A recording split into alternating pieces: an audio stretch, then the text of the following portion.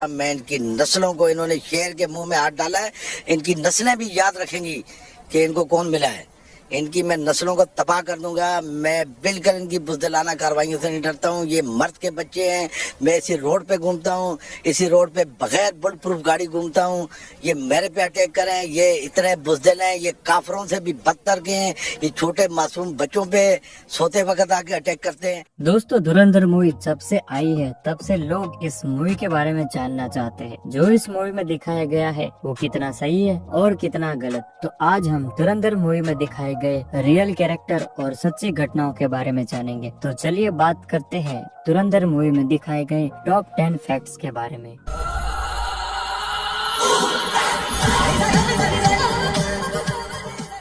Number 1, Kandahar hijack scene. Kandahar hijack में जब अजय सान्याल का कैरेक्टर होस्टेजेस के पास जाता है और उन्हें समझाता है कि बातचीत हो चुकी है और अब सारे पैसेंजर सुरक्षित घर जा पाएंगे, तो उनका हौसला बढ़ाने के लिए वो भारत माता की जय बोलते हैं। पर सामने बैठे यात्रियों में से कोई भी भारत माता की जय नहीं बोलता, क्योंकि आतंकवादी ने उन यात्रियों की तरफ गन पॉइंट की हुई थी, जिससे सभी यात्री काफी डरे हुए थे। ये पूरा सीन देखने में तो बहुत फिल्मी लगता है, पर हकीकत में ये हूबहू ऐसे ही हुआ था। अजीत डोभाल ने रियलिटी में सभी पैसेंजर को इसी तरह हिम्मत देने की कोशिश की थी और ये बात उन्होंने खुद बताई है। इस बात का पर्सनल तौर से ये मलाल था कि जब ये हाईजैकर्स वहीं पर थे तो मैं हवाई जहाज के अंदर स्वयं गया था और मैं उनके कॉकपिट के रास्ते नीचे के लैडर से गया था और मैंने सारे के सारे हाईजैकर्स, सारे के सारे पैसेंजर्स को एड्रेस किया था और सारे के सारे पैसेंजर्स को मैंने ये कहा था, हाईजैकर्स भी वहां पर थे, कि आप लोग आजाद हैं और भारत की सरकार और भारत देश पूरा आपके साथ है और हम आप लोगों को यहाँ से सुरक्षित ले जाएंगे,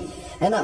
उसके बाद जब मैंने उनसे कहा कि बोलिए भारत माता की जय या जय हिंद, तो उन्होंने रिस्पॉन्ड नहीं किया। मुझे इस बात का जरूर मलाल था कि ये लोग इतने डरे हुए थे। Number 2, parliament attack 2001। जब 2001 पार्लियामेंट अटैक का सीन दिखाया जाता है तो उसमें एक लेडी आतंकवादियों को रोकने की कोशिश करती है और बाद में उसकी जान इस हमले में चली जाती है। ये सीन भी रियल लाइफ से इंस्पायर्ड है, जहां रियलिटी में कांस्टेबल कमलेश कुमारी यादव ने इस अटैक में अपनी जान गंवा दी थी। दोस्तों, कांस्टेबल कमलेश कुमारी यादव ने ही सबसे पहले आतंकवादियों की कार को स्पॉट किया था और उनके आगे मैसेज देने की वजह से ही दूसरे कांस्टेबल अलर्ट हो गए थे और उनके इसी प्रयास की वजह से पार्लियामेंट में कम नुकसान हुआ। Number 3, Khanani brothers fake currency. Film में खनानी ब्रदर्स को पाकिस्तान में फेक करेंसी रैकेट चलाते हुए दिखाया जाता है, जो भारत में फेक करेंसी बेचते हैं और लियारी गैंग को फंड करने में और कई सारी इलीगल एक्टिविटीज में भी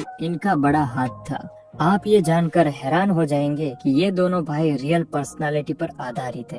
एक का नाम है अल्ताफ खनानी और दूसरे का नाम है जावेद खनानी और इन दोनों भाइयों का बहुत बड़ा इन्वॉल्वमेंट फेक करेंसी बिजनेस में था, जो भारत में ही नहीं बल्कि अमेरिका में भी मोस्ट वांटेड था। Number 4, major Iqbal. अर्जुन रामपाल का कैरेक्टर मेजर इकबाल जियाउल हक की कही हुई एक लाइन बोलता है, bleed India with 1000 cuts. Ziaul हक ने 1971 की वॉर हारने के बाद ये बात कही थी। बाद में यही लाइन पाकिस्तान आर्मी का डॉक्ट्रिन बन गया। इसी डॉक्ट्रिन का मेंशन हाल में हुए ऑपरेशन सिंदूर के दौरान हुआ था, जहां Indian chief of defence staff general Anil Chauhan ने इसी वाक्य को कोट किया था और इससे पता चलता है कि पाकिस्तान भारत को किस नजरिए से देखता है और इसीलिए इस फिल्म में मेजर इकबाल को ये लाइन कहते हुए दिखाया गया है। 1971 वॉर के बाद पाकिस्तान को ये पता चल गया था कि वो सीधे तौर पे भारत से नहीं लड़ता, ना लड़े, तो उन्होंने एक डॉक्ट्रिन को इजाद किया जो भारत के कुछ समझदार लोग जानते हैं लेकिन भारत के समाज को नहीं। 1971 के बाद वो एक डॉक्ट्रिन तैयार हुई, उस डॉक्ट्रिन का था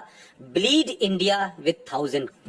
भारत को 1000 जख्म दो जो लगातार रिश्ते रहे। नंबर 5, रहमान डकैत। रहमान डकैत एक क्रिमिनल था, पर फिल्म में इसे लियारी के मसीहा के तौर पर दिखाया जाता है। कुछ लोगों का मानना था कि ये एक ग्लैमराइज्ड वर्जन है, जो हो भी सकता है क्योंकि फिल्म में सब कुछ ग्लैमराइज्ड ही होता है, पर रियलिटी में भी रहमान बलोच को लोग बहुत मानते थे। अगर लियारी में कोई डेवलपमेंट या किसी के पास जॉब नहीं होती थी तो उसने ही लोगों को नौकरियां दी थी और इसकी वजह से ही लोगों में रहमान डकैत का काफी बड़ा नाम था। और रहमान डकैत के मरने के बाद आप इसे देख सकते हैं। इस मौके पर सैकड़ों की तादाद में लोग मुर्दा खाने के बाहर जमा हो गए, जिनका कहना था कि रहमान उनका मसीहा था। भाई था, छोटा बच्चा था, बात अच्छा था, गरीबों का वास्ता बहुत अच्छा था, बच्चों का जैसा बाप जैसा, लोग का भाई जैसा था।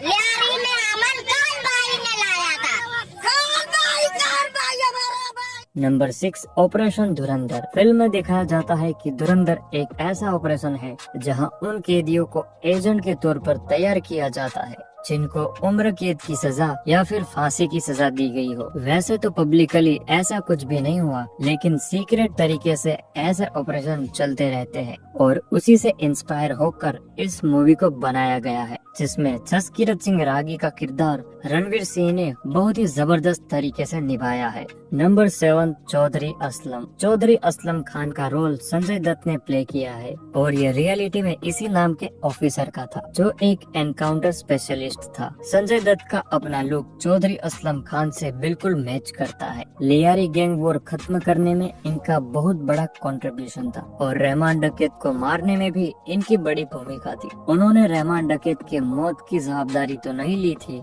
लेकिन उन्हीं की टास्क फोर्स ने रहमान डकैत का एनकाउंटर किया था। कि मैं इन चीजों से बाज आ जाऊंगा। मैं इनकी नस्लों को, इन्होंने शेर के मुंह में हाथ डाला है, इनकी नस्लें भी याद रखेंगी कि इनको कौन मिला है।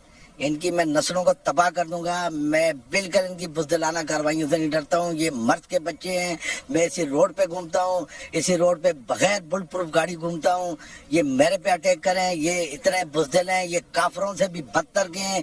ये छोटे मासूम बच्चों पे सोते वक्त आके अटैक करते हैं। नंबर 8, जमील जमाली। फिल्म में राकेश बेदी एक नेता का रोल प्ले करते हैं जिनका नाम होता है जमील जमाली। वैसे तो ये कैरेक्टर देखने में बहुत ही फनी लगता है, लेकिन ये कैरेक्टर पाकिस्तान के पॉलिटिशियन का है जिनका असली नाम नबील गबूल है और वो भी इसी तरह बात करते हैं जैसे फिल्म में जमील जमाली का कैरेक्टर। उनका लियारी में काफी दबदबा था और रहमान बलोच ने उनकी पार्टी को काफी सपोर्ट भी किया था और फिल्म में इसे हूबहू दिखाया गया है। देखिए, इंडिया ने एक्चुअली ये पाकिस्तान के खिलाफ एक ये मूवी बनाने की कोशिश की है, जो कि नाकाम कोशिश है। फिर उसमें लियारी को ये दिखाया गया कि एक टेररिस्ट हब है लियारी। बिल्कुल। अब ये दिखाना नो डाउट 3-4 साल, जिससे मैं भी अफेक्टेड हुआ। लियारी के अंदर गैंग वॉर्स, लियारी के अंदर क्रिमिनल एक्टिविटीज, लियारी के अंदर जो हालात थे वो सबको पता है। बट अल्हम्दुलिल्लाह अभी वो हालात टोटली जो है ना ऑपोजिट है उसके। पूरी कराची में सबसे कम क्राइम रेट जो है लियारी के 4 थानों में है। अच्छा। रात के 3 बजे आप भी एज वुमन आप जाएं, आपको लियारी ऐसा सेफ मिलेगा कि कोई आपको आपकी तरफ देखेगा भी नहीं। बट मोगेम्बो खुश हो, मोगेम्बो खुश हुआ।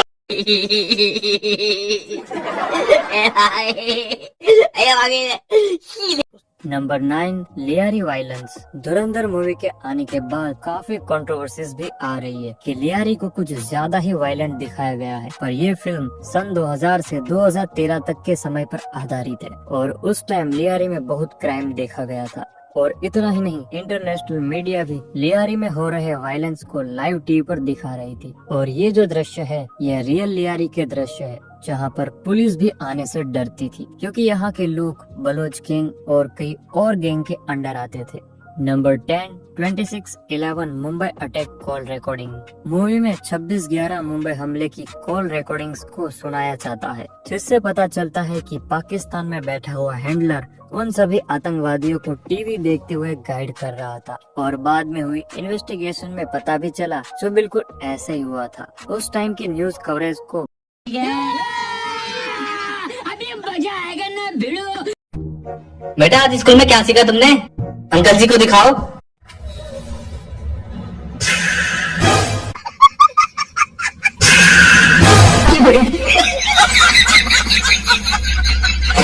बहुत क्रिटिसाइज भी किया जाता है, क्योंकि पूरा 26/11 अटैक लाइव टीवी पर एक इवेंट की तरह दिखाया जा रहा था, जिससे आतंकवादियों को हमला करने में काफी मदद मिल रही थी। ट्वीट कर रहे मीडिया से भी कि आप लोग ये मत बताइए कि हमारा ऑपरेशन किस तरह से चल रहा है, क्योंकि हो सकता है कि आतंकवादी ऊपर बैठकर या तो टीवी देख रहे हैं या तो फोन पर किसी न किसी से पूरे खबर की जानकारी ले रहे हैं कि किस तरह से इनका ऑपरेशन चल रहा है। इसलिए हम पूरे इस ऑपरेशन के बारे में आप लोगों को जो है दर्शकों को जानकारी नहीं दे सकते।